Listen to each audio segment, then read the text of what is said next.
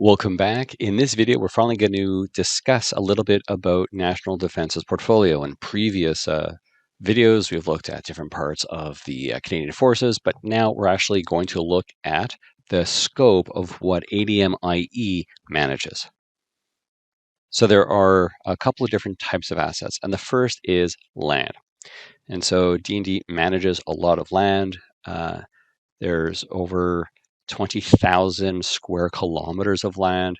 And this is something equivalent to the size of like the state of Israel or the state of Belize. So it's quite a large land component to the business that we do. Now, once we have land, we then put things on top of it. And so the things that we put on our lands are buildings, works, and residential housing. Okay, so that's the main construct. We got land, top of the land, we got buildings, works, and residential housing. Now, when it comes to land, there are two types of lands. We either own the land or we lease the land. Okay, and that can change over time. There are some lands that we lease now that we used to own, and vice versa. Sometimes we'll need land for a short period of time, so it's a short lease, and so on and so forth. Now, when it comes to buildings, we have over 20,000 buildings, and we break this down into different types of buildings. Although in that 20,000, I am also include the residential housing, and we'll talk more about those later. But the main buildings that we would talk about at Defense from a ADMIE perspective, we have major buildings and minor buildings. Major buildings are, generally speaking, buildings that are valued at $1 million or more.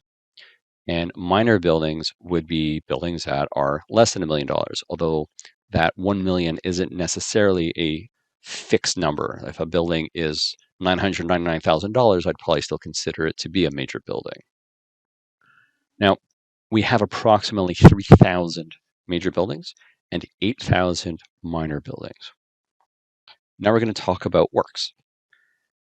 Like the major buildings, we break them down into different categories. And we have two categories of works.